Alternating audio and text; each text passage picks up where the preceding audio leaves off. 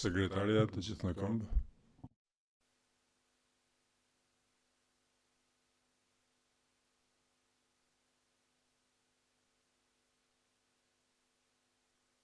The Kosovo Special. Dhomat e specializuara të Kosovës çelin seancën, gjykatësi ulni. Go into private session. Zonja sekretare në kaloni në seancë private. Kërkoj ndjes fillimisht të paraqisin London. Sekretarja, mirëmëngjesit në libër gjykatës. Kjo është çështja KSC BC 2020-06, prokurori specializuar kundër Hashim Thaçit, Kadri Veselit, Recep Selimit dhe Jakub Krasniqit. Thank you. And now in Gjykatësi, faleminderit. Tani në kaloni në seancë private, ju lutem.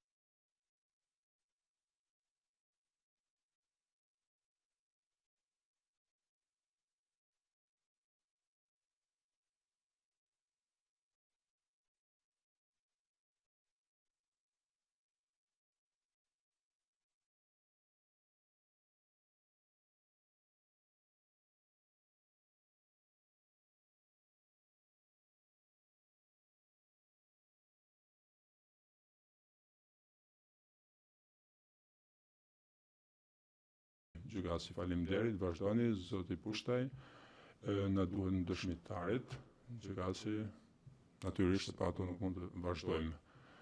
Sillni dëshmitarit në sallë, ju lutem.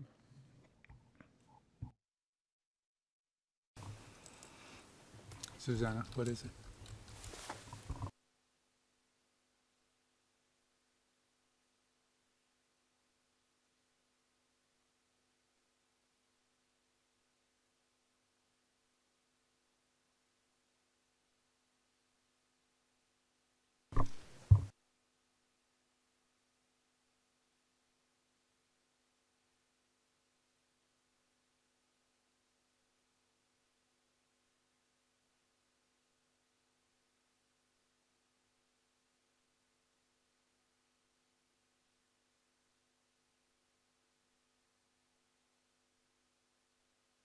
Before the witnesses come in, Mr. Dixon, Para që të vinë dëshmitarit në sallë, zoti Dixon, mund të na jepni numrin e faqeve të plota të dokumentit që kërkuat të pranohet me edhe të jepet një numër provizor, kapitulli apo që ishte ai zoti Dixon, të nderuar gjykatës, do të bëj këtë gjë të tillë dhe do ta kaloj sa po të jetë gati. Gjykatësi, faleminderit. Zoti Dixon, do të bëjmë një herë.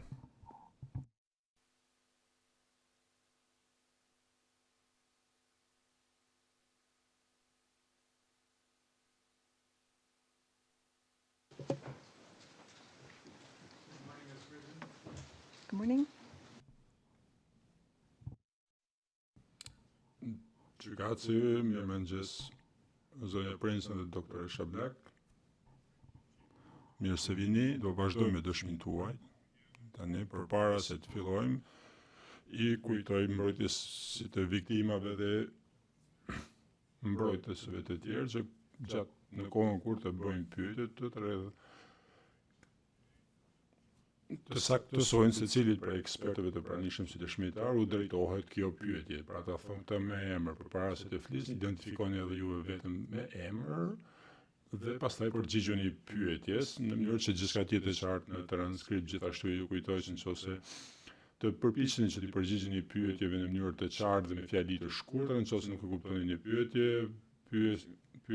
kërkoni që pyetja të përsëritet, që të jetë më kuptueshme dhe ato të qartësojnë. Gjithashtu, ju kujtojmë që duhet të përpiqeni të jepni bazën për njohurinë tuaj të fakteve dhe rrethanave mbi të cilat për të cilat ju bëhen pyetje.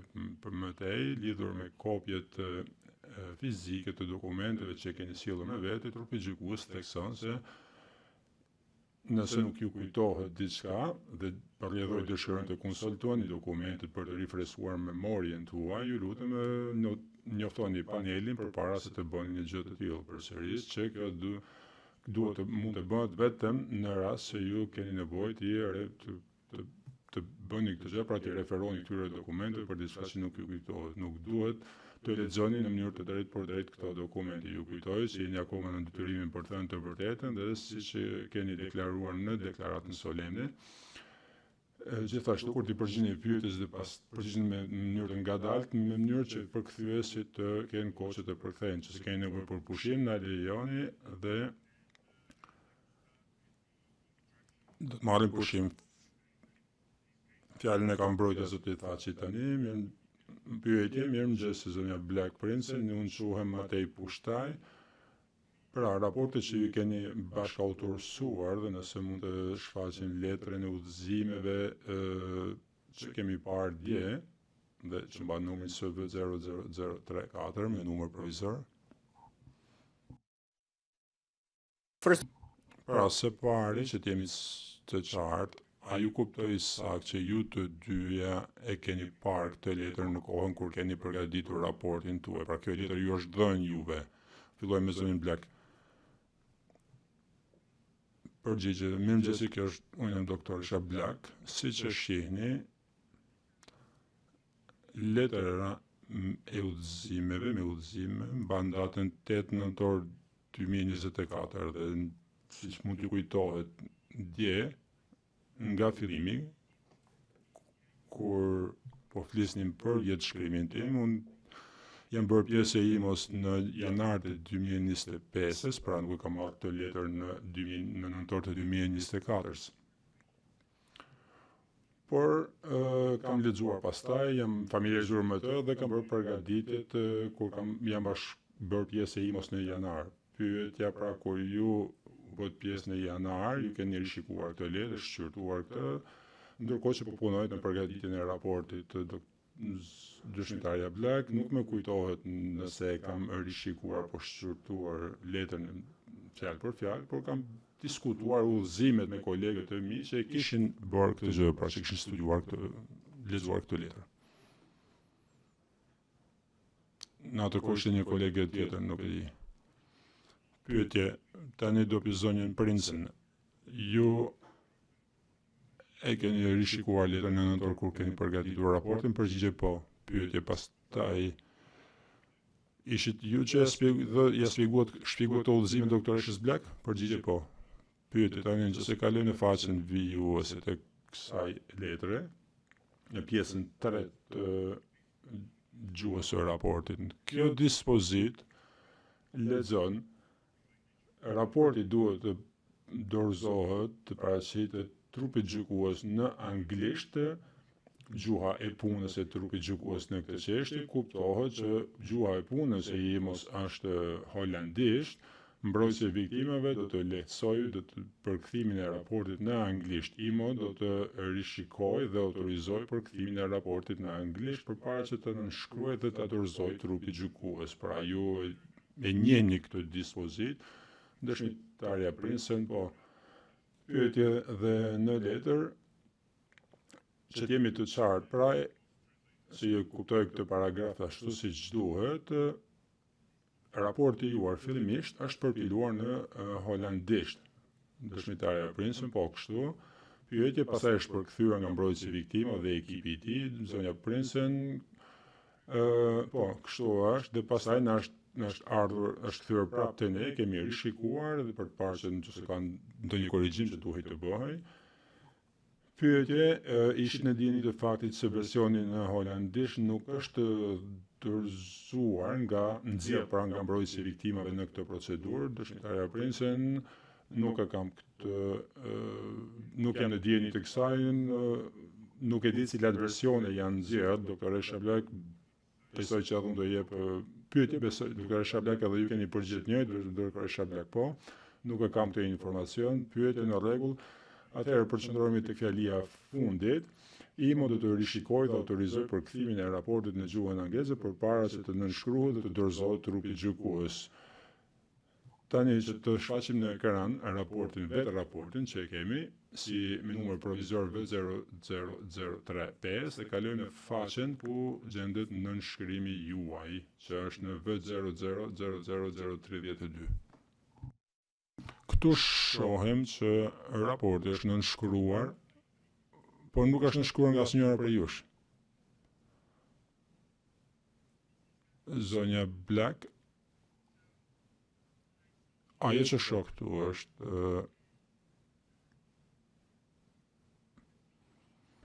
shoh një PP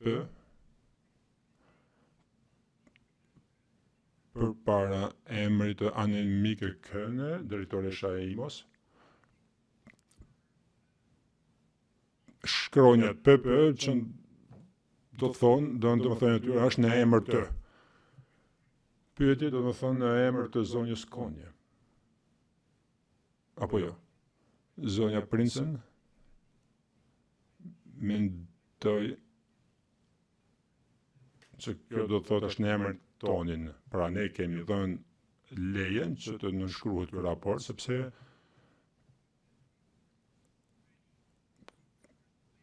kemi bërë gjithçka të nevojshme që raporti ishte gati para datës 1 maj, ne ishim pushime në atë kohë, nuk kishin gjendje të nënshkruanim raportin fizikisht në atë moment të caktuar kur përkthimi është korrigjuar. Pyetja, atëherë ta bëjmë hap pas hapi. A e dini kujt nënshkrimi i kujt është ky? Përgjigje Princen, po, është nënshkrimi i drejtoreshës tonë. Pyetje, po unë shoh që thotë në emër të drejtoresës, që do të thotë që dikush tjetër e ka nënshkruar. Përgjigje zonja Princen, nuk do të thotë këtë në fakt. Pyetje, ju konfirmoni që ky nënshkrim është nënshkrimi i drejtoreshës? Përgjigje po. Pyetje, a e kuptova sakt që ju, zonja Prinsen dhe drejtoresha Black, keni rishikuar përkthimin anglisht? Doktoresha Black po. Prinsen po. Pyetje, dhe edhe pse në fund të fundit ju nuk keni nënshkruar raportin, zonja Prinsen, unë po flas për vete, në atë moment kam qenë në pushime. Pyetje zonja Black, keni qenë edhe ju në pushime? Përgjigje, nuk më kujtohet a kam qenë në pushime, por ndoshta s'kam qenë begjas, nuk kam qenë fizikisht e pranishme në imo për të nënshkruar raportin. Siç mund t'ju kujtohet, dje thash që punoj edhe për një institucion tjetër në klinik. Pyetje, kuptoj. Pse ju, zonja Prinsen, nuk e keni nënshkruar raportin pasi jeni kthyer nga pushimet? Përgjigje, sepse ne kishim një datë të caktuar në të cilën raporti duhej të ishte i përfunduar, të bëhej përkthimin e anglisht, pastaj kemi bërë shumë korrigjime në përkthim dhe donim që ta përfundonim, të mbaronim përpara se të fillojnë pushimet e mia, por nuk arritëm të bëjmë gjë të tillë. Pyetje, kur thoni kishit një afat, kush kishte caktuar këtë afat? Përgjigje, ishte në, nuk e di si thuhet, ne kemi diskutuar afatin me mbrojtësin e viktimave, pra është afat që për cilin kemi rënë dakord të dy palët. Pyetje, do të thonë keni rënë dakord? Përgjigje po. A mund të ndryshojë ai afat? Përgjigje Prinsen, nuk e di, ndoshta. Pyetje, ju e përmendët më herët më duket që përmendët kishte disa probleme në përkthimin anglisht, përpara që të nënshkruhej nga drejtoresha. Kështu? Zonja Prinsen po. Pyetje, por edhe pas kësaj pune ngelen disa probleme me përkthimin anglisht apo jo? Përgjigje po. Pyetje, pastaj gjatë seancës përgatitore keni bërë disa korrigjime shtesë në këtë përkthim në anglisht? Përgjigje po.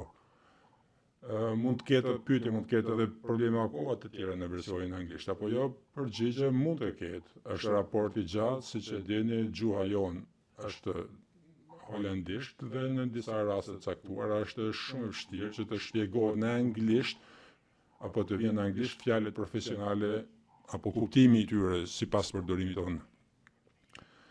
Pyetje, nuk e kam gjuhamtare as unë dhe kështu që e kuptoj shumë mirë këtë çështje.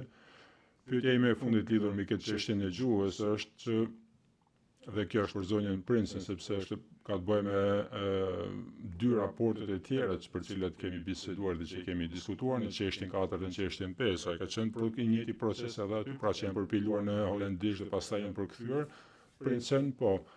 Pyetja dhe kjo do të thotë që në ato raporte ka potencialisht edhe aty gabime në përkthimin anglisht, apo jo? Zonja Prinsen mund të jetë ashtu. Dhe pyetje, dhe me sa dini ju, përsëri, po ju pyet sa do habiteshit që ne nuk janë nxjerrë versionet holandisht atyre raporteve për ne, zonja Prinsen, cila ishte pyetja juaj. Pyetje, a ishit në dieni të faktit se versioni në holandisht e atyre dy raporteve nuk është nxjerrë? Zonja Prinsen nuk e dija këtë gjë. Pyetje, e kuptoj, tani mund të kalojmë tek letra udhëzimeve, pra V00034, ose mund të kalojmë përsëri tek faqja e dytë. Pjesa e fundit, kufizimet, kjo është diçka për të cilën diskutuam dje, dhe desha të isha i sigurt, të që kuptoj mirë këtu, thuhet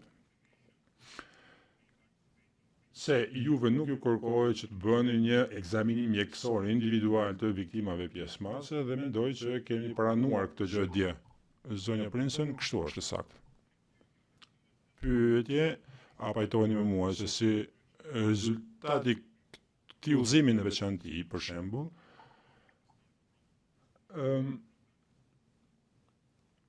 raporti juaj i përgatitur në këtë çështje në fakt nuk aderon, nuk ndjek me përpikmëri protokollin e Stambollit që ju përmendet disa herë dje zonja Prinsen.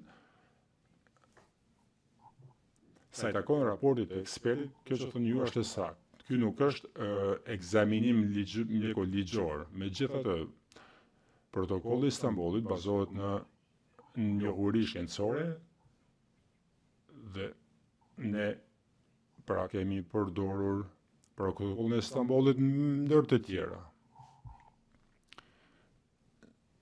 Nuk bazohet në parime sepse nuk është ekzaminim ligjor apo mjekoligjor, por kemi përdorur protokollin për informacion për këtë raport. Pyetje.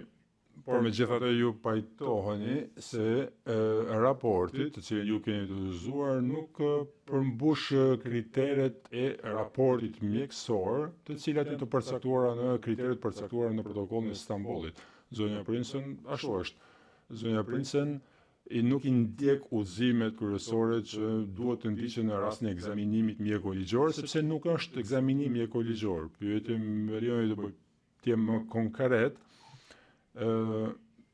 Sa përket tekstit të vetë protokollit, pra nëse mund të shohim protokollin, të shfaqim protokollin në ekran, e kemi në DHT 06102 deri në DHT 06125 dhe kalojmë në faqen DHT 06108.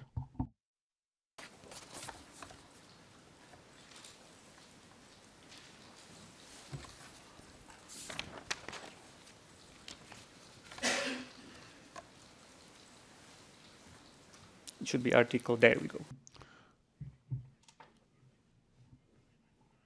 Neni 199, raporti mjekoligjor, kalojmë në faqen tjetër.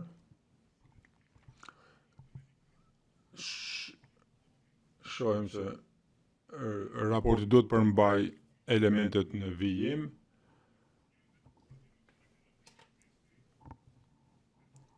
Rrethanat e intervistës e tjera e tjera. Pra duke qenë që ju s'keni bërë intervista, përgjigje kështu është. Nuk mund të respektoni pra udhëzimet e këtij raporti, e këtij protokolli. Dhe pastaj që se shohim pak më poshtë, pika E, shënimet e autorësisë para bazuar në dispozita duhet që të ishte në raport, e saktë apo jo? Zonja Prinsen, saktë. Edhe ne ram dakord më herët që ky nuk është në shkrimin juaj, që është në raport. Zonja Prinsen, saktë. Një tjetër pyetje lidhur me protokollin e Istanbulit, dhe të kërkoja të ndërroj gjykatës të kërkoja që t'i jepet një numër provizor këtij raporti dhe mund të që të bëj parashtrime lidhur me këtë. Gjykatës i jep një numër provizor dokumentit, sekretarja, faleminderit.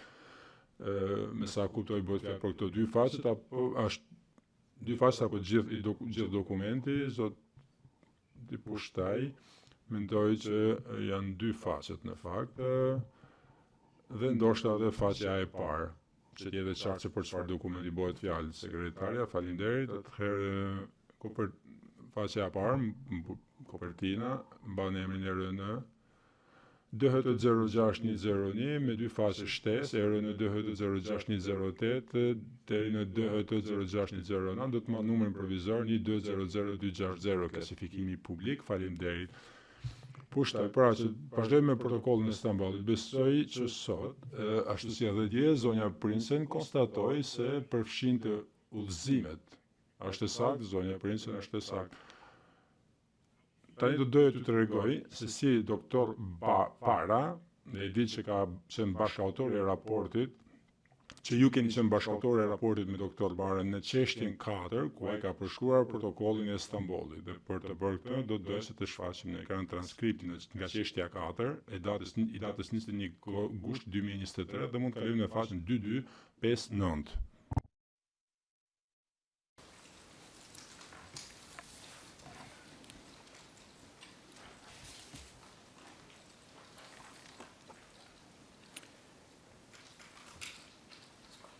And if you can scroll down just a little. Ju lutem shumë më poshtë në faqe, faleminderit. Fillojmë duke lexuar rreshtin 14, dëshmitari Lozano Para.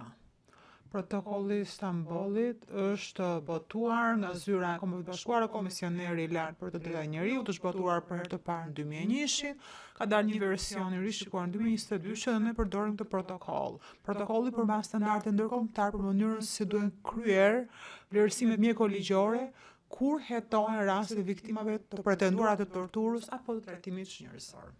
Pra pajtoheni ju me doktor Parën që protokolli i Stambollit përmban udhëzimin se si duhet kryer një vlerësim mjekoligjor? Përgjigje po.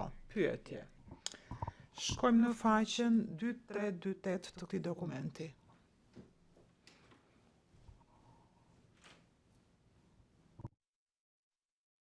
Your testimony with Dr. Kjo është dëshmia që keni dhënë ju bashkë me doktor Paron. 2328 pra. 8, and we need, if we can scroll down. Okay, perfect. So here, starting at Shohim rreshtin 10. Flet Lozano Para, doktor Para, pajtohem me këtë, thot ai, çfarë thuhet këtu, është rëndësishme të dimë që ekzaminimet mjekësore, ekzaminimet mjekoligjore sipas protokollit të Stambollit mund të përdoren në procese ligjore si dëshmi e rëndësishme. Bazuar në këtë që ka thënë doktor Para dhe ju keni qenë pashtu e pranishme, vetëm ekzaminimet që kryhen sipas protokollit të Stambollit mund të konsiderohen të vlefshme në procese ligjore. Los, e kundërshtoj, nuk janë dëshmitarët këtu personat e duhur për të thënë se çfarë mund të përdoret apo nuk mund të përdoret në procese ligjore. Gjykatësi pranon kundërshtimi. Pyetje, atëherë a pajtoheni ju më falni me opinionin e doktor Para, nëse protokolli i Stambollit është vërtet relevant për përdorimin e raporteve mjekësore? Po, jam zonja Prinsen. A mund ta përsërisni pyetjen, lutem, se unë nuk e kuptova? Pyetje, a pajtohen ju me dëshmin doktor Para se çështja e raportit mjekësor ishte përgatitur apo jo në përputhje me protokollin e Stambollit, është e vlefshme? Simon Los, pyetja është e njëjtë. Ju lutem, riformulojeni. Edhe dëshmitarja në fakt e tha që nuk e kemi ndjekur protokollin e Stambollit. Gjykatësi, po ju tha pra që nuk është ekzaminim, nuk është raport mjekësor. Tha, është opinion eksperti. Avokati, dakord, vazhdojmë. Flasim pra për raportin që është përdorur për këtë çështje. Se e diskutuam dhe dje, përveç se ju të dyjave, është një autor i tretë, zonja Sten, në qoftë se shqiptova siç duhet, përgjigje po. Pyetje, ju e përshkrua dhe dje, por gjendet edhe në shënimin përgatitor, paragrafi 11, ku keni thënë se ajo bëri 3 gjëra. Ju ndihmoj me kodimin e të dhënave. Kështu? Miss Prinsen, zonja Prinsen mund përgjigjet. Përgjigje po. Pyetje. Ju ndihmoj me hulumtimet e literaturës. Përgjigje po. Pyetje. Dhe ju mbështeti për të përpiluar raportin. Përgjigje po. Pyetje. Që të jemi të qartë. Ju nuk ja dhat këto, nuk i keni thënë në raport konkretisht çfarë bëri zonja Sten, këto specifikime. Përgjigje po. Pyetje. Ju ndihmoi ndonjë person tjetër, për shembull për të kërkuar literaturën përkatëse? Përgjigje, nuk pati persona të tjerë. Pyetje. Kur thoni zonja Sten na ndihmoi për të shkruar raportin, nuk kuptoni që ajo shkroi pjesë të caktuara të raportit? Përgjigje. Jam zonja Prinsen. Dua t'i kthehem pak përgjigjes që dhash pak më përpara. Zonja Sten na ndihmoi me literaturën, por çdo gjë që bëri ishte në mbikëqyrjen time dhe në komunikim të vazhdueshëm me doktore Black. Ju po thoni, a e bëri ajo vetëm hulumtimet? Atëherë përgjigjja ime është jo. Nuk e bëri vetëm, por e bëri në mbikëqyrjen tonë. Çdo hap që hodhi, merrte miratimin paraprakisht prej nesh. Pustej, faleminderit. Unë fakt t'ju pyeta përveç zonjës Stein, a pati persona të tjerë? Përgjigje jo, nuk pati persona të tjerë. Pyetje. Po kur thoni që ndihmoj për shkruar raportin, a shkroj në pjesë caktuar të raportit? Përgjigje.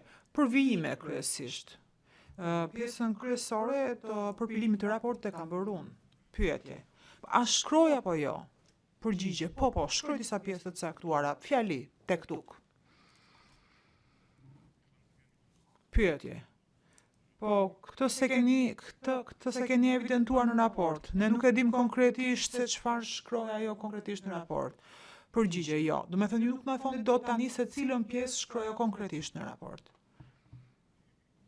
A pajtoni me mua se nëse ajo ka shkruar në një pjesë caktuar të raportit, atëherë nëse ne do të kuptonim pjesë që ka shkruar ajo, duhet të kishim pyetur atë. Përgjigje, jo, nuk pajtohem, sepse çdo gjë që bëri ajo ishte në komunikim të vazhdueshëm me ne.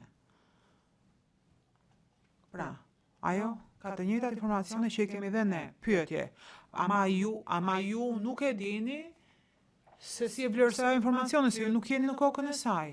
Përgjigje, jo, vërtet është, unë nuk jam në kokën e saj, siç nuk jam në kokën tuaj. Por, si ta shpjegoj, ne i diskutuam gjërat dhe unë kam bikëqyrur çdo gjë edhe për mënyrën se si është shkruar raporti. Edhe gjithçka është bërë nën përgjegjësinë tonë. E kam pak vështirë t'ua shpjegoj. Raportin e kam shkruar unë, ato që thuhen përmbajtja, është shkruar prej meje. Ajo bëri një punë paraprake, kryesisht skeletin e raportit.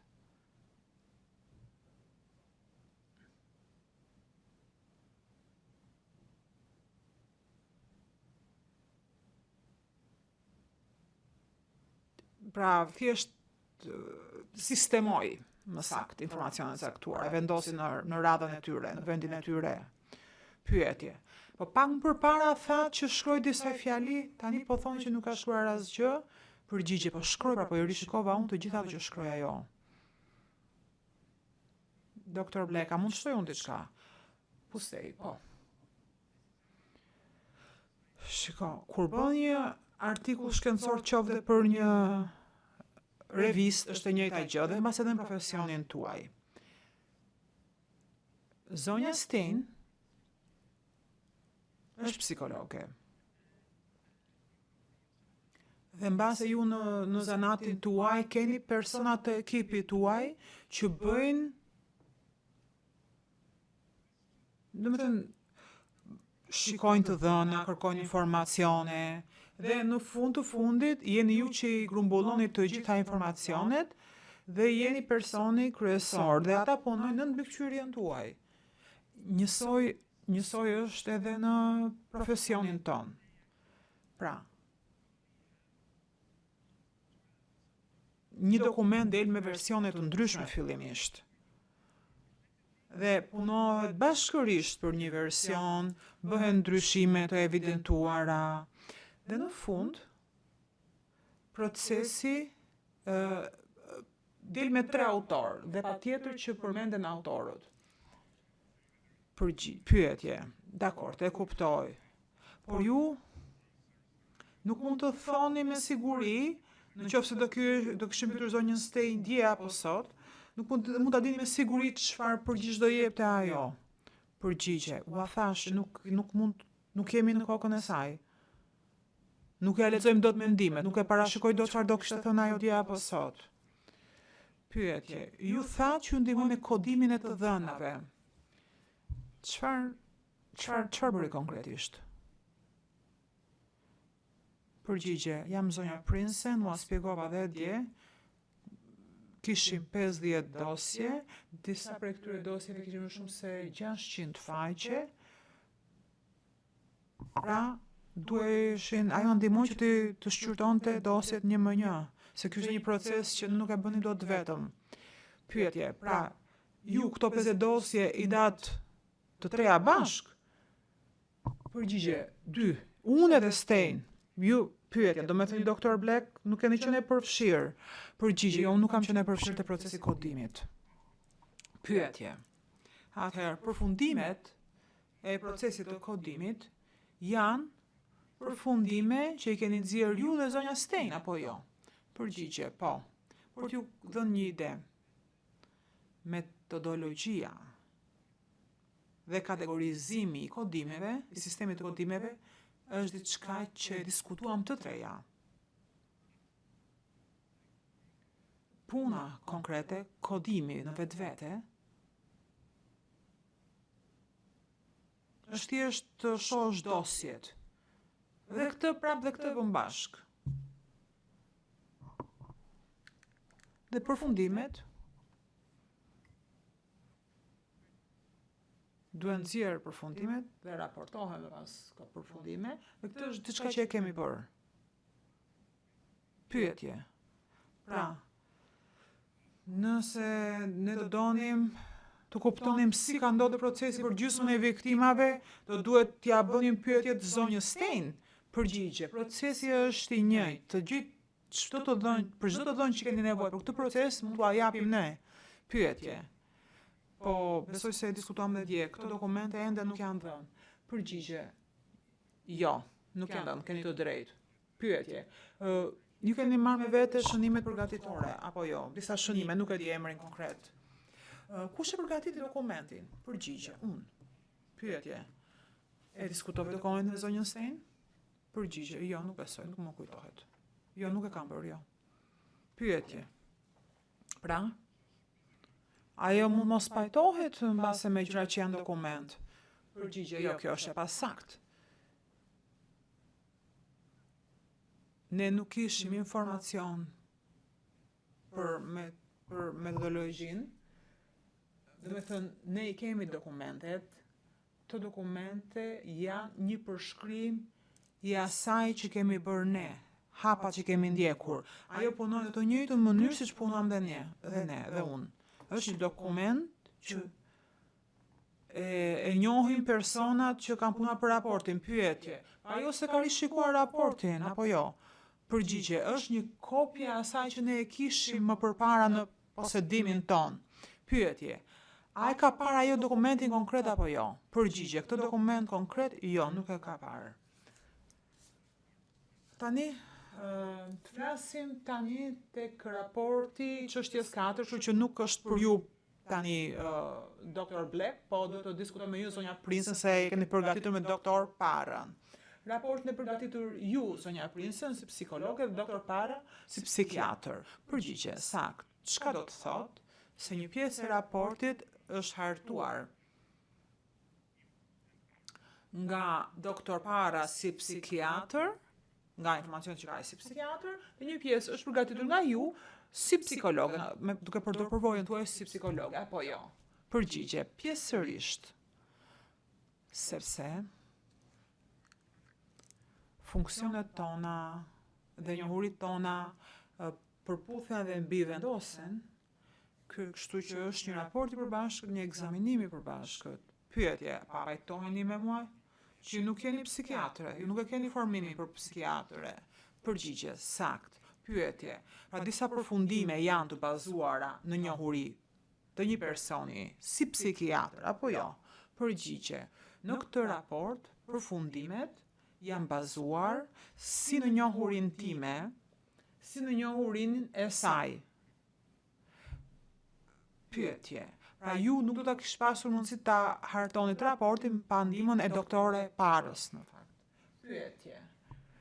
Pra, mund të ketë pjesë të raportit në fakt që do duhet të diskutonim me të për të kuptuar se si ka dalë në përfundime të caktuara, sepse disa përfundime i kanë nxjerrë bazuar në ekspertizën e saj, apo jo?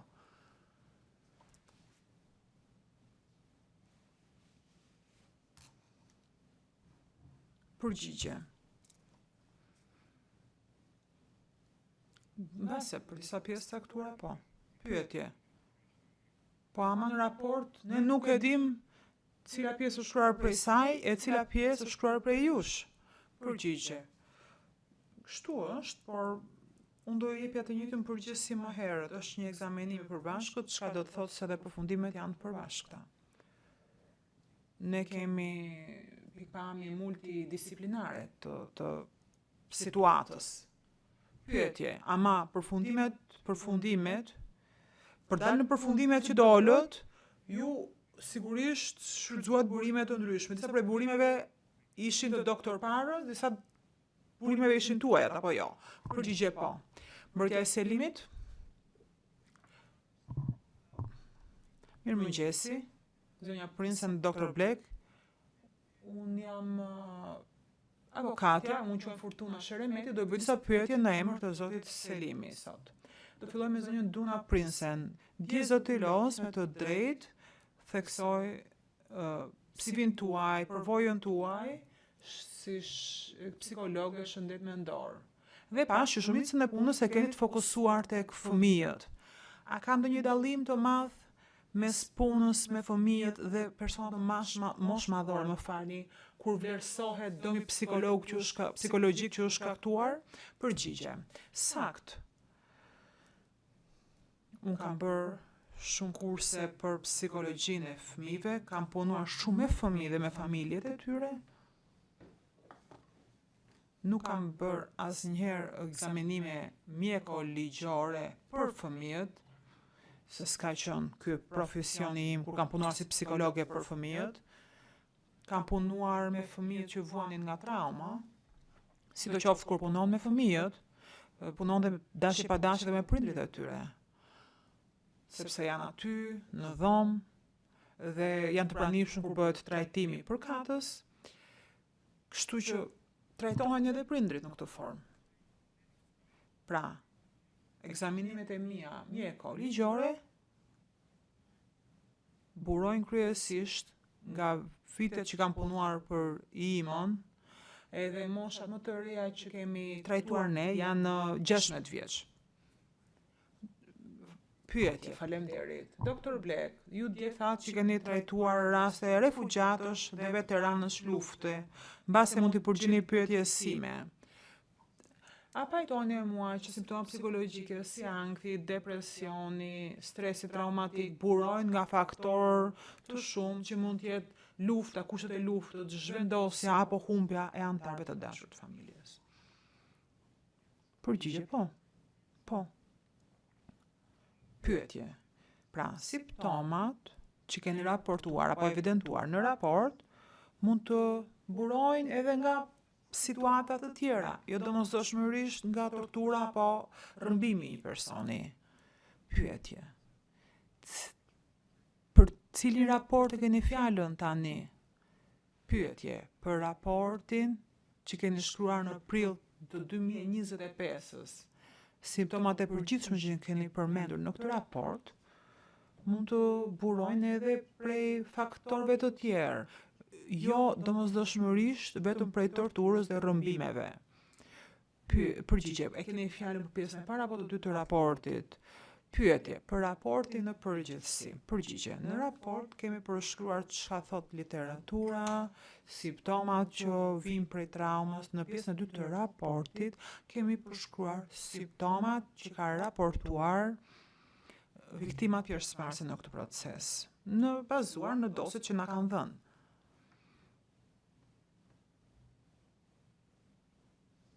Pyetje. Pra, a kam të drejtë të hamendësoj unë që literatura, po ashtu përmend që depresioni posttraumatik, stresi, trauma, mund të shkaktohet nga kushtet, nga lufta në vetvete, nga zhvendosjet, nga humbja e një antarit familjes, jo domosdoshmërisht vetëm nga tortura. Përgjigje, sigurisht që ka edhe situata të tjera që shkaktojnë ankth dhe shqetësime. Pyetje. Dje ju bëri një pyetje zoti Los, po unë do ta trajtoj pak më gjerë. Ai ju referua udhëzimeve që ju kishte dhënë dhe e bëri të qartë, sikurse e bë dhe ju, se ju thanë të mos kryenit ekzaminime mjekësore të personave. Për referencë, kjo është faqja 30 e transkriptit të djeshëm, duke filluar nga rreshti 14. Unë do lexoj. IMOS nuk është kërkuar nga mbrojtësi i viktimave të kryejë një vlerësim mjekoligjor individual të viktimave. Për rrjedhoj raport nuk do të bazohet në ekzaminimin mjekësor të viktimave dhe nuk pritet nga IMOS-ja të japë një diagnozë mjekësore për secilën nga viktimat.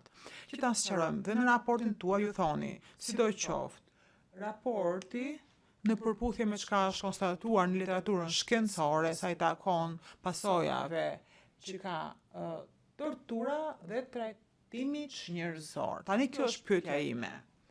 Nëse konstatimet tuaja nuk mund të quhen të vlefshme nga pikpamja mjekësore, atëherë çfarë relevance ka kjo literaturë që keni përdorur ju? Mund të përgjigjet secila prej jush. Përgjigje. Une po shoh këtë nga pikpamja mjekësore, se këtë pikpamje për këtë jam unë këtu.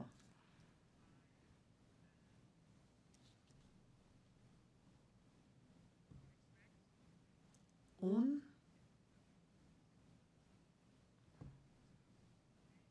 këto simptoma, problem psikologjike që diskutuam, si rregull do t'i shija tek persona, do t'i konstatoja tek personat që janë viktima të keq trajtimit, apo të mbajturit ndaluar, apo të rrëmbimit. Ajo që nuk prita unë të gjeja, ishte që të ishin raportuar kaq qartë në dokumente që nuk kishin si synim fillestar konstatimin e këtyre simptomave.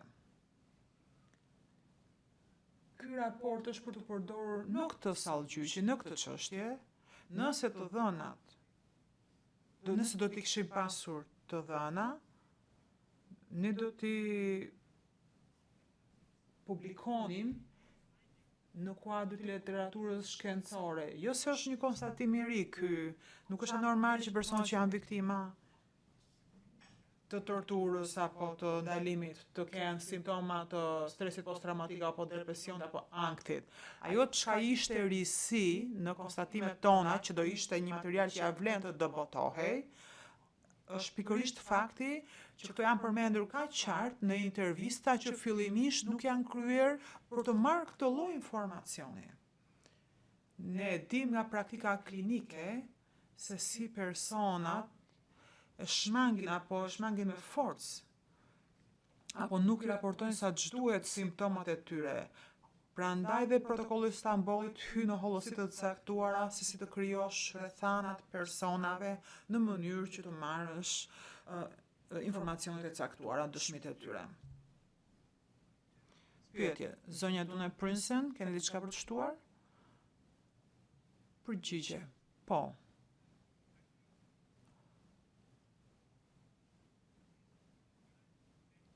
E përmenda edhe dje, por për ne, do të kuptojnë, ne jemi specialistët të fushës së mjekësisë, ne nuk mund të flasim dot për vlerën e përmendjes së simptomave në këtë proces ligjor, në kuadrin, pra në kontekstin ligjor.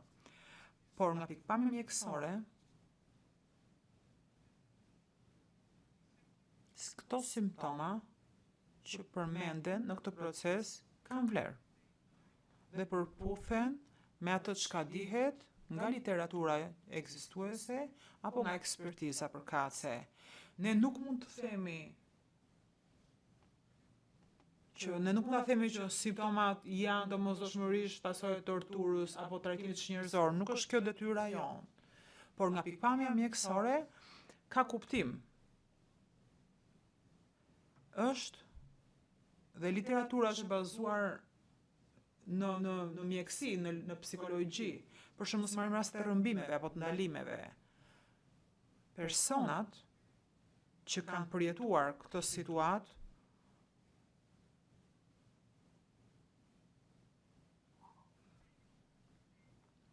tani, ju mund më pyesni dhe më thoni që nga e dini ju që këta persona kanë qenë ndaluar. Kjo është çështje ligjore, por nga pikpamja mjekësore, personat që kanë qenë të ndaluar, janë mbajtur të ndaluar, kanë raportuar këtë formë traume. Dhe prandaj në shkencën, në këtë shkencë, në këtë disiplinë, kjo është e vlefshme. Pyetje, unë pikërisht tu do dilja në fakt, dhe unë e vlerësoj dhe faktin që bëu dallimin mes pikpamjes ligjore dhe mjekësore, dhe unë këtu do të dilja pikërisht. Kjo është thjesht një përputhje në terma të përgjithshëm, kjo që po thoni ju, shumë e përgjithshme. Faleminderit. Flasim për metodologjinë tani. Ju dje përmendët kodimin si proces dhe na treguat për kategoritë e në kategoritë e ndryshme. Zoti Dixon ju pyeti si e bët ju kategorizimin, por unë desha t'i pyetja për diçka më teknike. E bët në mënyrë manuale kategorizimin apo përdoret sistemet përkatëse si Envivo apo të tjera? Përgjigje.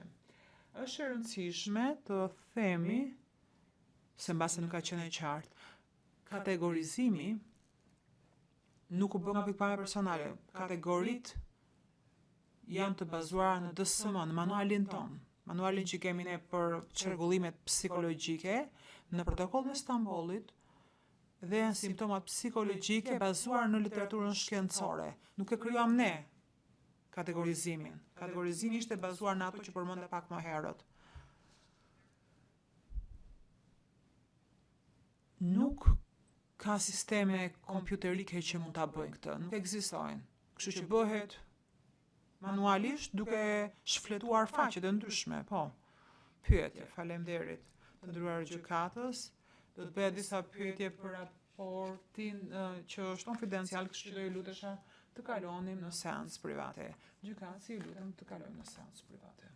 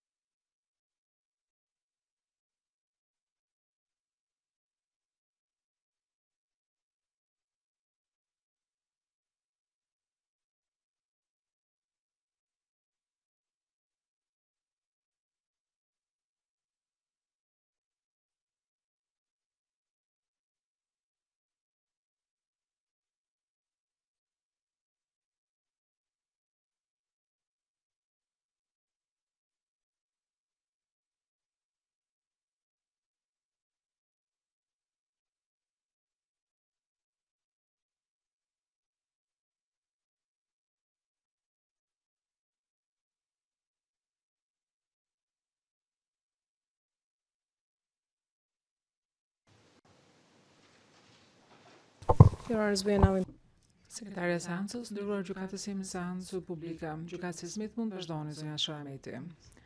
Pyetje. Të vazhdojmë më tej. Në përmbledhjet e raportit të prillit të 2025-s, ju shkruani shprehimisht e këtu do lexoj, do citoj. Për të dhënë kuptim këtyre konstatimeve do duhet parë kontekstet. Simptomat psikologjike që janë treguar nga viktimat në dëshminë në një kuadër ligjor. Duke qenë që ju përmendni kontekstin, nuk e di, a keni vlerësuar kontekstin më të përgjithshëm, faktin se ku kanë jetuar këto persona ose faktin që ato kanë qenë pjesë e luftës, kanë marrë pjesë në luftë. Domethënë keni marrë këto elemente të kontekstit parasysh, a i keni interpretuar ato në raportin tuaj? Duhet të caktoj unë, domethënë se kush duhet përgjigjet, apo mund të përgjigjet secila për ju është dëshmitare? Catherine Black. Catherine Black.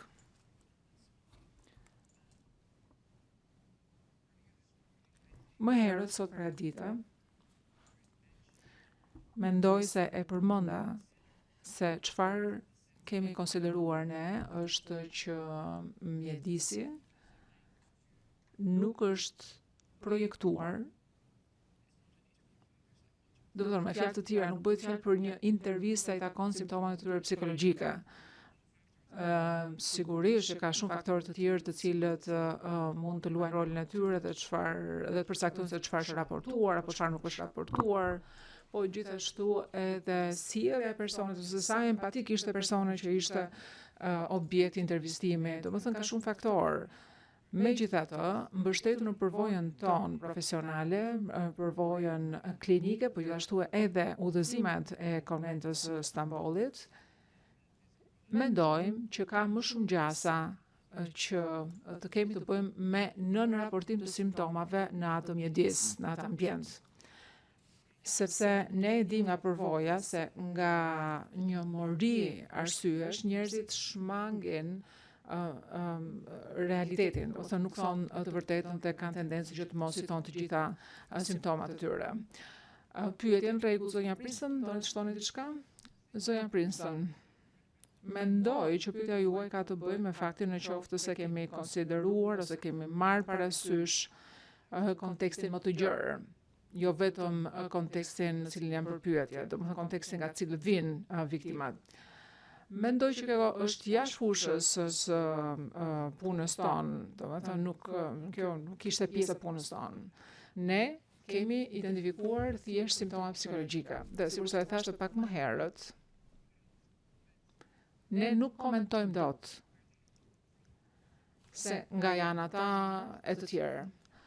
Pyetje, kuptoj. Domethënë juve thjesht bën punën që ju kërkuaj që të bënit, apo jo? Në rregull, do kalojmë tani te pyetja ime e fundit. Do kalojmë në faqen 15 të të njëjtit raport. Në këtë faqe ju thoni që simptomat dhe pasojat psikologjike janë koduar mbështetur në deklaratat e dhëna gojarisht nga viktimat gjatë procesit ligjor. Konstatimet nuk mbështeten në ekzaminime të mjekoligjore të kryer nga një psikolog. Më tej ju thoni që nuk janë bërë deklarata lidhur me kushtet mjekësore se vlefshmërinë e simptomave. Ndërkohë, dje, gjatë pyetjeve të mbrojtësit viktimave dhe të palëve të tjera, ju thatë që konfirmoni që simptomat e shprehura nuk përshkruajnë ose nuk konfirmojnë simptomat e përshkruara dhe që reflektojnë një çrregullim të njohur psikologjik. Tani pyetja që kam për ju është kjo: si duhet i kuptoj trupi gjykues përfundimet tuaja? Ose si duhet t'i kuptojmë ne, palët e trupit gjykues në veçanti, këto konstatimet tuaja? A mund t'i shqyroni pak më tej, mund t'na sqaroni pak më tej? King. Catherine Black.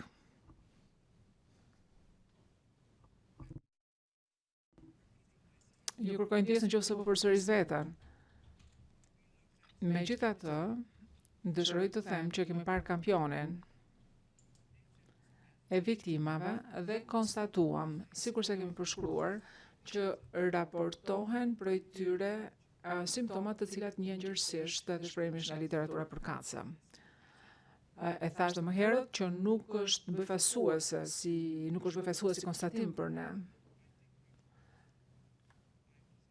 mendoj që ne ishim, ose unë personalisht të paktën isha pak sa e befasuar, ose çuditur nga fakti që këto janë simptomat cilat kanë dalë kaq shumë qartë nga intervista që në fakt nuk ishin si detyrë kryesore që të identifikojnë këto simptoma. Zoja Princeton, mendoj që nuk kam asgjë të re për të thënë, thjesht do përsërisim veten. Pyetje, domethënë është thjesht një vlerësim i përgjithshëm, kështu? Princeton? Po. Dhe sikur sa thash më herët, nga perspektiva mjekësore, kjo ka vlerë. Mënyra se si janë përmendur simptomat nga viktimat në një proces ligjor, vlerën duhet t'ia jepni juve në procesin ligjor, ne thjesht mund flasim për aspektin mjekësor. Pyetje, faleminderit të dyave, zonja Princeton dhe doktor Black. Faleminderit shumë atë trupit gjykues. Gjukat Smith, faleminderit ju, zonja Sharameti. Tani vazhdojmë me mbrojtjen e zotit Krasniqi. Zoti Bajaziu, për ju fjalë.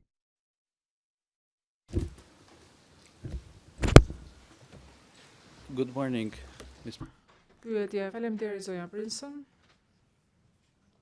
Unë jam Viktor Bajashu dhe do t'i bëj disa pyetje në emër të Jakub Krasniqit.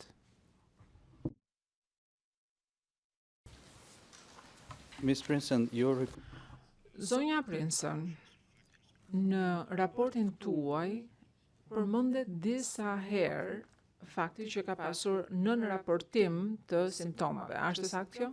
Princeton, për cilën raport e keni fjalën? Pyetje, e kam fjalën për raportin e prillit të 2025-s. Domethënë në këtë raport ju përmendni disa herë që ka faktorë që kanë kontribuar në raportim të simptomave. Përgjigje po, pyetje në rregull, do t'ju jap disa shembuj në të cilat ju keni pasuruar këtë si fenomen. Për shembull, jepet në provën materiale V35, në faqen V12, V20, V21 kështu me radhë. Dje, ju, zonja Princeton, dhe për proces verbal të e keni thënë dje në transkript në faqen të 262 34, rresht 24, deri në faqen 262 33, rreshti 10, ku ju thoni që përdorni në mënyrë të zakonshme protokollin e Istanbulit në mënyrë të tillë që të kryeni ekzaminime mjekësore, psikologjike, ligjore dhe gjithashtu edhe për të dalë në konstatimet tuaja në akte ekspertizat ose raportet përkatëse. A është e saktë kjo? Përgjigje po. Pyetje, do i lutesha sekretaris paraqes në ekran dokumentin DJK 01479 deri në DJK 01703.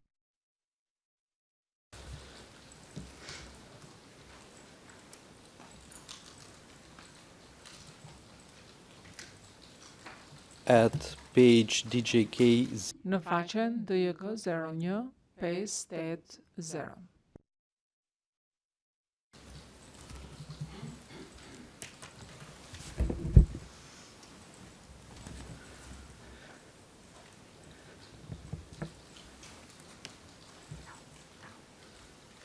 Further down to paragraph. Kalojmë pak më poshtë në paragrafin 348. Excerpts from Do t'ju lexoj një fragment nga paragrafi 348 i protokollit Stambollit. Në të thuhet, është e rëndësishme të pranohet që disa njerëz në mënyrë false pretendojnë që të jenë torturuar për shkaqe ndryshme. Të tjerë mund të egzagjerojnë situatën, mund të egzagjerojnë një situatë relativisht të vogël për arsye politike ose personale. Profesionistët gjithmonë duhet të kenë parasysh këto mundësi dhe duhet që të mundojnë që të identifikojnë zmadhimet ose egzagjerimet ose fabrikimet e mundshme. Më poshtë, pas disa fjalish thuhet që në qoftë se profesionisti dyshon se ka shpifje, atëherë do duhet që të bëjnë intervista shtesë për të sqaruar papërputhshmëritë në raport. Gjithashtu, duhet merr parasysh edhe konfirmimi i familjarëve dhe miqve. Pra, besoj që ju jeni të informuar me faktin që në protokoll parashikohen që ekziston mundësia e zmadhimit, egzagjerimit të simptomave së situatës apo jo. Përgjigje po. Pyetje, në protokoll gjithashtu parashikohen edhe hapat që duhet të merren në qoftë se dyshohet se ka zmadhim ose tjetërsim të fakteve apo jo. Përgjigje po. Pyetja, kur ka zmadhim, egzagerim dhe mostënie të vërtetës, mund të ekzistojë rreziku si i mbi raportimet, ashtu edhe i nën raportimit simptomat apo jo. Përgjigje po. Pyetje. Një mënyrë se si profesionisti mund të vërtetojë ose mund të identifikojë në qoftë se ka mbi raportim, domethënë në qoftë se raportohet më shumë ose smatohet situata, ose nëse zoglohet ajo, është përmes kryerjes së intervistave me anëtarë të tjerë të familjes. A është kështu apo jo? Përgjigje, në qoftë se ka arsye që dyshon që ka zmadhim ose mos tregim të vërtetës, atëherë kjo është një ndër mënyra që parashikohen aty. Pyetje. Sa i takon raportit të pritit të 2025-s? Ju nuk keni bërë asnjë nga ato që unë përmendë pak më sipër në raportin e 2025-s. Përgjigje keni fjalën për akt ekspertizën tonë. Pyetje po, për raportin e prillit. Përgjigje po, në fakt është e vërtetë sepse nuk kemi marrë në intervistim, nuk kemi bërë intervistim të veçantë të personave. Pyetje. Të nderuar gjykatës, do të kërkoja që t'i caktonet një numër prove provizore kësaj faqe që sapo lexuam. Gjykatës Smith, për cilën faqe keni fjalën? Pyetje është faqja DJK 01580. Gjykatës, ju lutem caktoni një numër prove provizore kësaj faqe.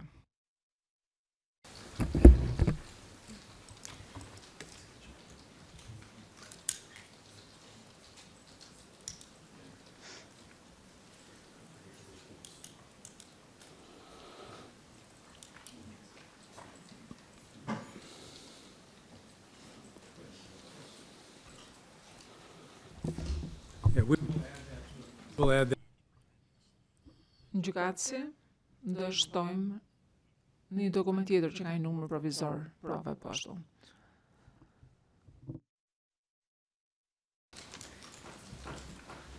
Thank you, Your Honor.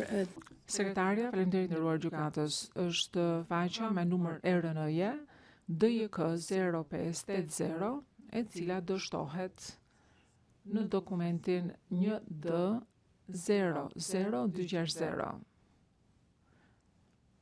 Por do të shtojmë pik 1 në fund, në mënyrë të tillë që të identifikohet më mirë si provë provizore për momentin. Pyetje, në rregull, faleminderit. Protokolli njeh mundësinë e egzagerimit ose zmadhimit të simptomeve të një personi për arsye politike dhe personale, apo jo? Përgjigje, po. Pyetje, dhe një kërkesë për azil mund të jetë një prej arsyeve personale që mund ta bëjë një person që të egzagerojë, të zmadhojë ose të shpik simptoma. A është kështu? Përgjigje, është si mundësi, mund të jetë një prej arsyeve. Pyetje, a jeni ndjeni të fakti që nga periudha 1989 deri 1999 të paktën 350.000 shqiptarë etnik janë larguar nga Kosova dhe kanë aplikuar për azil në Evropën Perëndimore, përfshirë edhe shqiptarët që kanë pretenduar se janë kosovarë. Zonja Prinson, a e thoni edhe një herë, nuk e kuptova se çfarë lidhje kishin shifrat me pyetjen. Pyetja, a jeni të informuar ose a jeni ndjeni të fakti që ka pasur një numër shumë të madh shqiptarë që janë larguar nga Kosova? Përgjigje, po. Pyetje, duke marrë parasysh kontekstin, metodologjia e përdorur për jush, a ka përfshirë hapa për të verifikuar në qoftë se viktimat në këtë çështje gjyqësore kanë bërë kërkesa të vazhdueshme për azil ose në qoftë se kanë ndonjë konstatim të besueshëm sa i takon procesit të migracionit? Përgjigje, unë jam zonja Prinson, për çfarë raporti keni fjalën? Pyetje, këtu e kam fjalën për akt ekspertizën, veçanti metodologjinë që keni përdorur juve për të përgatitur akt ekspertizën tuaj. Dua të di se çfarë metodologjie keni përdorur dhe në qoftë se ju keni përdorur apo jo historikun e azilit të personave që keni vlerësuar si pjesë të raportit tuaj. Përgjigje, jo, nuk kemi marrë fare me këtë thimë, thjesht kemi thënë përgjigje pyetjeve që na janë bërë. Pyetje, por ju pajtoheni, besoj me mua, që protokolli i Stambollit, përderisa është udhëzim, sikur sa e thatë, gjatë gjithë kohës, e ka këtë kërkesë që kur harton një raport, një akt ekspertizë, duhet që të shikohet mundësia e egzagerimit ose zmadhimit apo jo. Zoti Loz, do kundërshtojnë mbi të njëjtën bazë, sepse dëshmitarët e thanë shpesh herë që protokolli i Istanbulit nuk zbatohet për opinionet e ekspertëve, për raportin e ekspertit. Gjykatësi pranohet. Pyetje. Në fakt, raporti juaj mbështetet vetëm në simptomat që janë vetë raportuar në dëshmitë ligjore, do thonë nga persona caktuar, dhe nuk është bërë një verifikim i pavarur i viktimave, apo jo? Sonja Princeton, ose në mund ta jepni një përgjigje. Sonja Princeton, mund ta thoni edhe një pyetjen? Pyetje është një pyetje më e përgjithshme që prap lidhet me protokollin e Istanbulit. Është e saktë të thuhet që raporti mbështetet në simptomat që janë vetë raportuar në proceset gjyqësore të këtyre viktimeve, ndërkohë që nuk është bërë një verifikim i kontekstit më të gjerë të viktimeve në fjalë, apo jo? Përgjigje po. Pyetje. Dhe qasja që bën krahasimin e simptomave, të cilin ju shpjegua dje, dhe që ju thatë që ka literaturë mjekësore që i referohet këtyre simptomave, nuk mund të bëjë dallimin ndërmjet simptomave të vërteta dhe simptomave që zbadohen ose që shpiken nga mendja e dikujt apo jo. Përgjigje po, është e saktë. Dhe besoj që do përsëris veten kur të them se nuk është puna jonë për të identifikuar se çfarë vlerë t'i japim simptomave. Nuk është puna jonë që t'i japim vlerë juridike simptomave. Pyetje. Po pyetja ime ishte paksa ndryshe. Pyetja ime ishte në qoftë se metodologjia që keni përdorur juve mund të bëjë dallimin midis një traume të përgjithshëm dhe simptomave që janë të zmadhuara, të egzageruara, të shpikura. Përgjigje. Pra, në ekzaminimet ligjore që ne kryem, dhe do të thënë ekzaminimet ligjore janë të ndryshme nga raporti i ekspertit, nga tek ekspertiza. Në rastin e parë ne e bëjmë dhe mund ta bëjmë këtë gjë. Megjithatë, është e rëndësishme që në paragrafin 348 duhet lexuar edhe kjo fjalia që ju nuk e lexuat. Thuhet që profesionisti duhet marrë parasysh që fabrikimi i tillë ose shpikja e tillë duhet që të marrin parasysh edhe informacione të cilat viktima shpesh nuk i ka. Kështu që unë nuk mund ta di dot në qoftë se persona e ka zmadhuar, e ka sajuar me mendjen e vet, sepse nuk kemi bërë ekzaminim mjekësor. Për këtë ekspertizë në fjalë nuk mund të them gjë tjetër lidhur me këtë pyetje. Pyetje. Pjesa e paragrafit 348 që ja u lexova ka një titull në raport që është pika 18, ndryshueshmëria dhe papërpullshmëria në historik. Nuk është një pjesë e raportit që ka të bëjë me ekzaminimin mjekësor. Megjithatë, pyetja e fundit që kam për ju është kjo.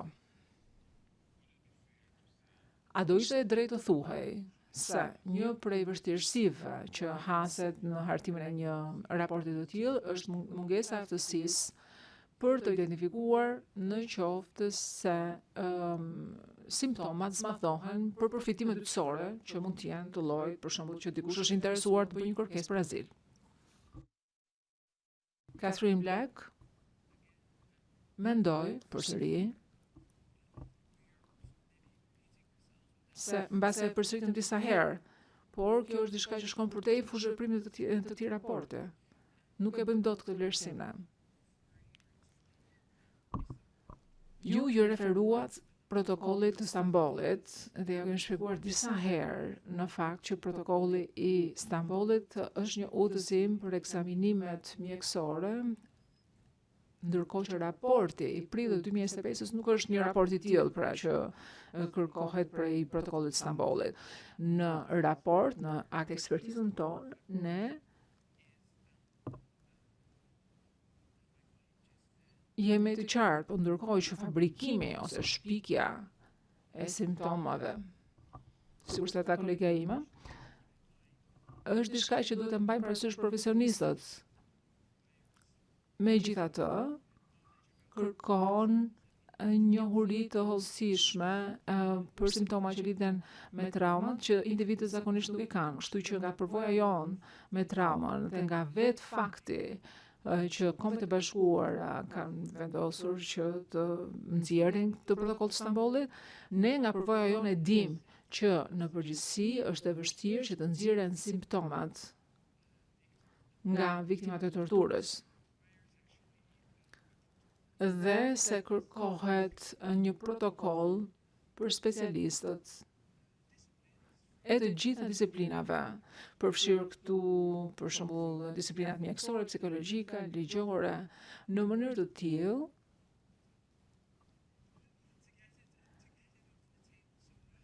që ta kemi të gjithë në kryes dokument. Pra, fakti që është e nevojshme që të kemi një dokument të tillë, domethënë fakti që është identifikuar që duhet bërë një instrument që duhet të botohej protokolli i Stambollit në vetvete, pranon rëndësinë e madhe të faktit që duhet kishte një udhëzues të kësaj natyre. Pyetja, por protokolli, dhe këtë në fakt kam kuptuar nga dëshmia e zonjës Princeton, protokolli është udhëzues jo vetëm për ekzaminimet mjekësore, por është edhe një udhëzues se si të kryhen ekzaminimet, si të identifikohen simptomat e viktimave të torturës dhe si të bëhen konstatimet, përfundimet. Zonja Black, neve në raportin tonë kemi thënë që këto janë simptomat e përgjithshme të literaturës, jemi referuar gjithashtu edhe pjesëve më të rëndësishme të protokollit të Stambollit dhe gjithashtu metodona që kishim dispozicion, sigurisht edhe me kufizimet që kemi diskutuar, kemi përshkruar që këto janë simptomat e raportuara. Opinioni ynë prej ekspertesh është që përderisa mjedisi, ambienti ku janë raportuar këto simptoma nuk është projektuar që të merren këto simptoma, dhe përderisa ne si profesionistë e dim që është shumë e vështirë që personat të raportojnë simptoma, ne mendojmë që ka më shumë gjasa që kemi të bëjmë me një nën përfaqësim ose nën raportim simptomave, ose e thënë me fjalë të tjera që simptomat e thëna nga viktimat janë shumë më pak se sa ato që janë në realitet. Pyetje, faleminderit, nuk kam pyetje tjera për ju. Gjykatësi Smith, faleminderit zoti Bajeshu. Zoti Los, keni pyetje plotësuese? Zoti Los, po kam disa pyetje plotësuese, nëse do më lejoni. Gjykatësi, po. Zoti Los, në rregull, për pyetjen e parë do duhet që të kalojmë seancë private. Gjykatësi Smith, i lutem sekretarin na kalojmë seancë private.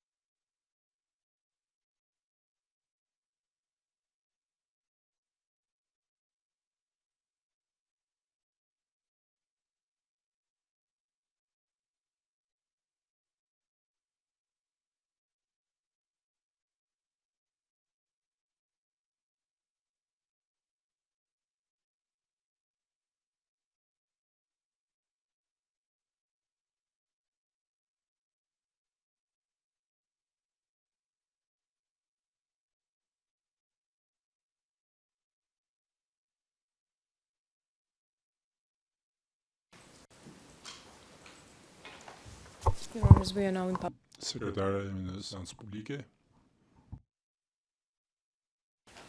Mr. Vincent, you have Pyetje Sonja Prinsen. Sot u pyetet lidhur me mundësinë e gabimeve në përkthime.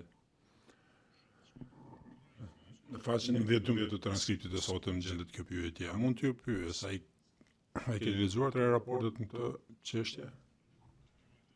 Përgjigje po.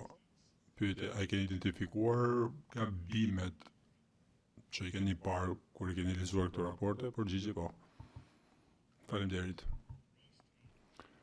Juve u pyetet për kontributet e dhëna nga të tjerë.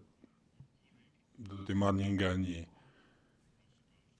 Kolegu juaj Djet Sten do ju pyetet lidhur me këtë në faqen 19 të transkriptit të sotëm të provizor.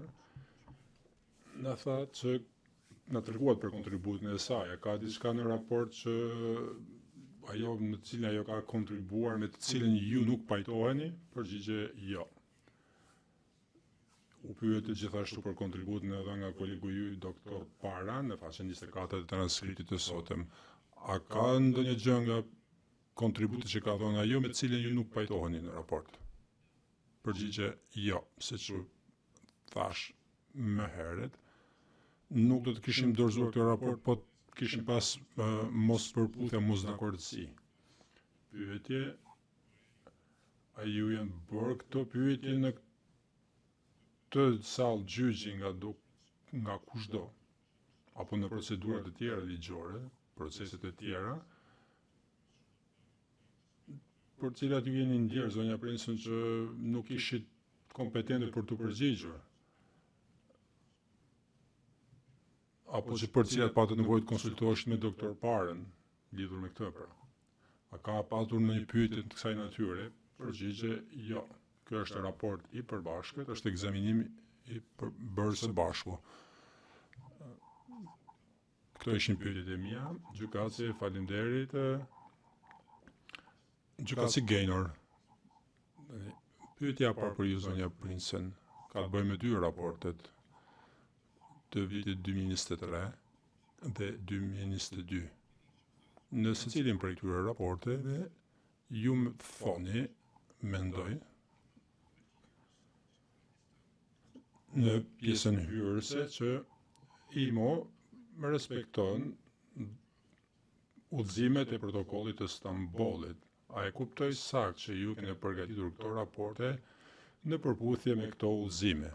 Përgjigje po, kemi bërë në përputhje me këto udhëzime. Gjykatësi, pra të dy raportet, 2022 dhe 2023, janë përpiluar në përputhje me këto udhëzime. Përgjigje po. Pyetje tani në poshënimin 1 në raportin e vitit 2023, ju citoni në versionin e vitit 2022 të udhëzimeve dhe në poshënimin 1 të raportit të mëparshëm ju përmendni versionin e vitit 1999 të këtyre udhëzimeve, dokument që mendoj që është shumë më i shkurtër. Pyetja ime e vetme lidhur me këtë, ka ndonjë dallim në çastin që keni patur ju për dy raportet, ai që bazohen në udhëzimet e vitit 1999 dhe ai që bazohen në udhëzimet e vitit 2022. Përgjigje jo, nuk ka. Është kushti i ri i raportit që është më i gjatë, por nuk ka ndryshim në udhëzimet, mënyrën se si duhet të zhbëhet ekzaminimi mjekoligjor. Faleminderit, kam vetëm dy pyetje të shkurtra në lidhje me raportin e 2025. Secila për jush mund të përgjigjet. Analiza statistike në pjesën e parë të raportit, nëse e kuptoj sakt, është e përgjithshme, natyrës së përgjithshme. Desha t'ju jap dy shembuj, juve në faqen 4 thotë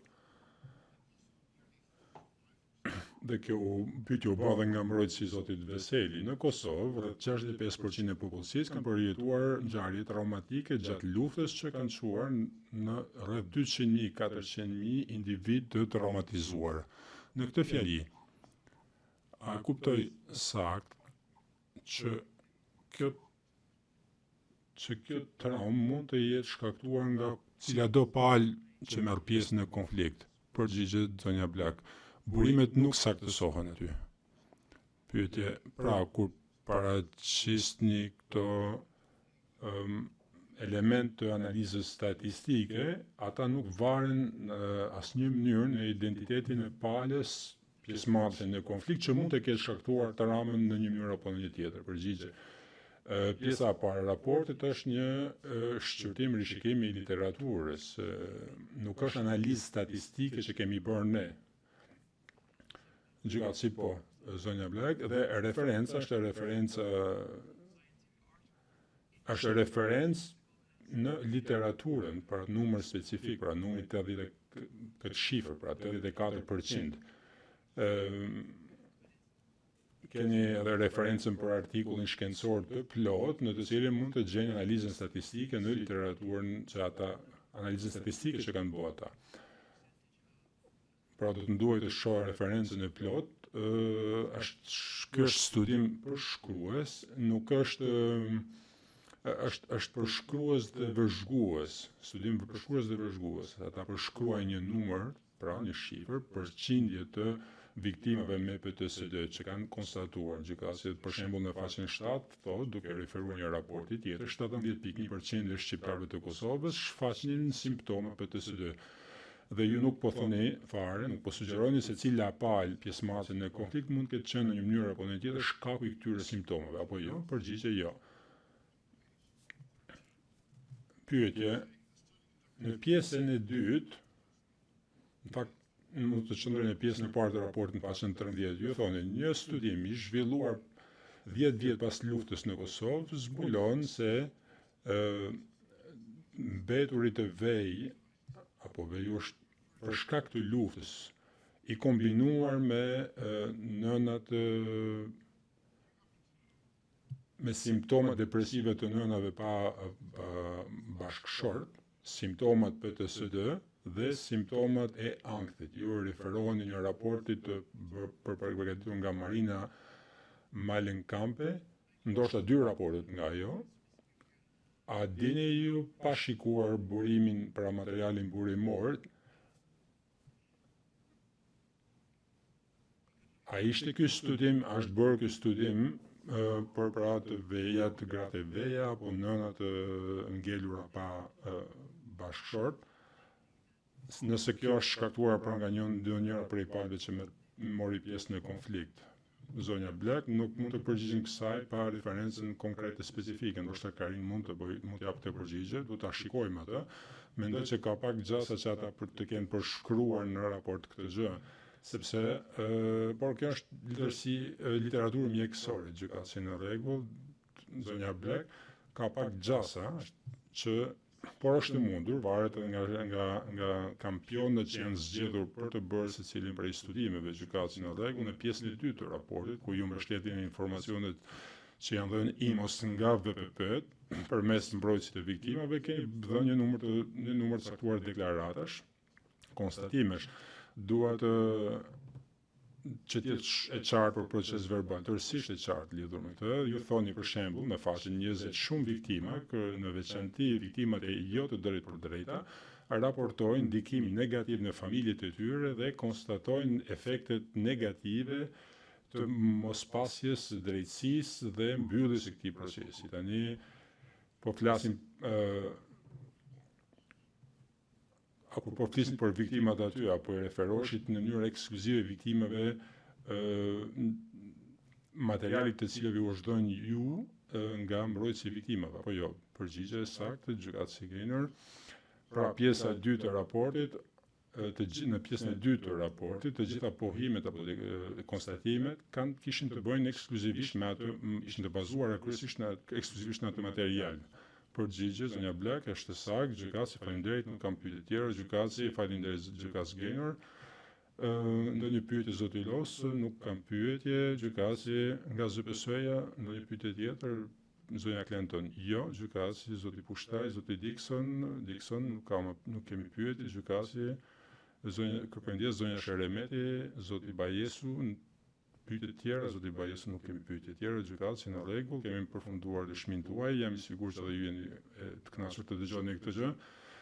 Dhe ju falenderojmë për praninë tuaj dhe dëshminë tuaj dhe ndarjen e informacioneve që keni bërë me ne. Tani mund të largoheni zonja Prinsen dhe zonja doktoresha Black. Edhe një herë faleminderit për praninë tuaj. Prinsen, faleminderit të nderuar, Black, faleminderit të nderuar. Zoti Dixon të nderuar, kam një referencë tani që kur kërkova që të shfaqet dokumenti, dokumenti plot është që është tani MFI, është DKV 1755 deri 1775, ky është kapitulli plot i burimit në fund, i renditur. Gjykatësi, faleminderit, zoti Dixon. Me qenë se jam në këmbë dhe po flasë, lidhur me programin kalendarin apo afatet për paraqitjen e parashtrimeve lidhur me këto raporte, gjykatësi do të bëjmë parashtrime gojore sot.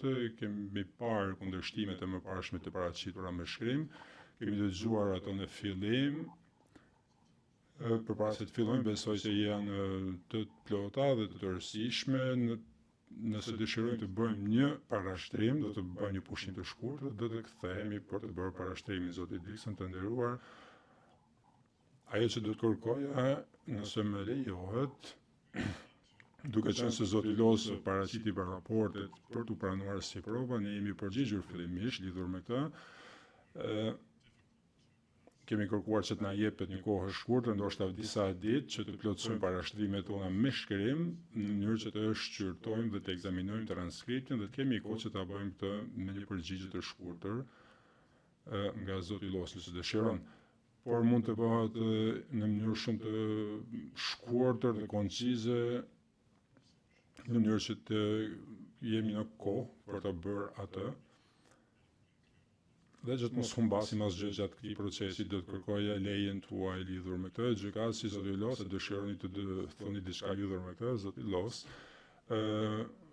Ne mbështesim këtë kërkesë, është temë e hollësi, e detajuar në hollësi, raporti mbulon përfshin shumë faqe dhe do jetë vështirë ndoshta që të përqendrohemi në secilin prej këtyre hollësive që mund të paraqes mbrojtjen e parashtrimet e tyre. Ne qëndrimi jonë është që do të ishte më mirë që të bëhet me shkrim gjykatësi. Dhe do të përfshinim me shkrim cili prej këtyre dokumenteve me numër provizor duhet të pranohen, zoti Los, ne do të përfshijmë në parashtrimet tona me shkrim materiale që ne dëshirojmë të pranohen, kërkojmë që të pranohen, dhe do të përfshijë të gjitha materialet që kemi kërkuar për të cilat kemi kërkuar të caktohet një numër provizor.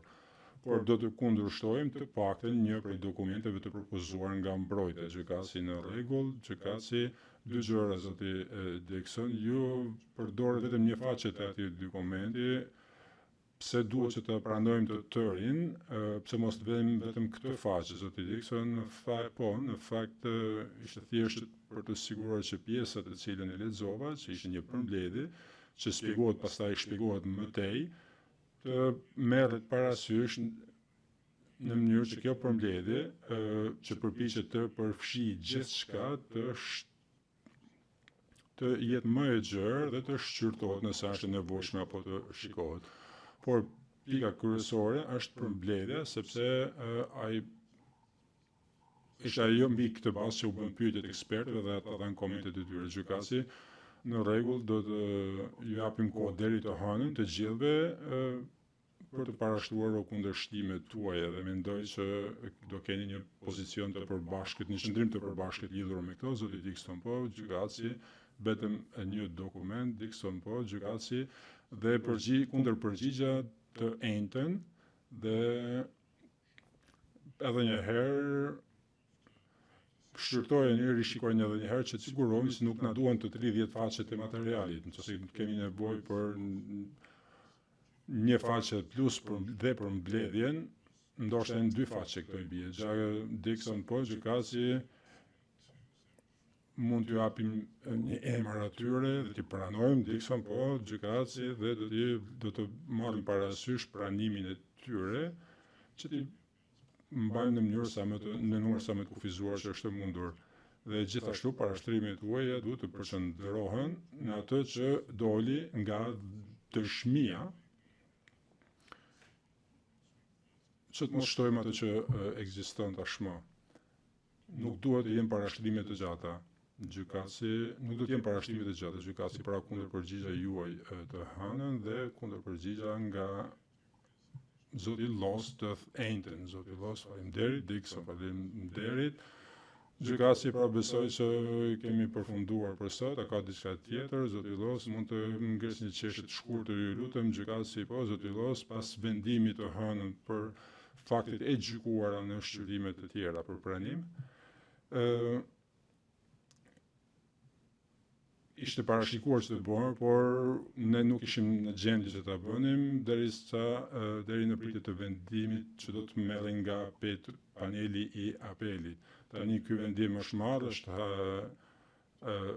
gjykata mund të marrë njoftimin e për lidhur me faktet e gjykuara e shqyrtuara në proceset e tjera nga I vendim. Mund të na jepet deri tek I njëjti afat kohor, deri të ejndën edhe neve që të parashtrojmë mocionin tonë, gjykatësi, mikrofoni I fikur, Zoti Los, faleminderit, gjykatësi,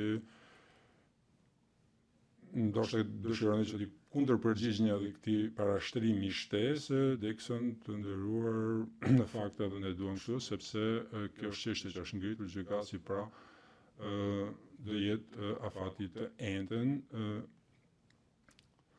pra do të jetë nga viti I ri, të ejndën në fakt, premten, të shtunën dhe të hënën në vijim. Zoti Dixon, po do ta bëjmë këtë gjë, faleminderit dhe sapo më thanë se nuk kemi aktgjykimin konfidencial akoma, po kërkojmë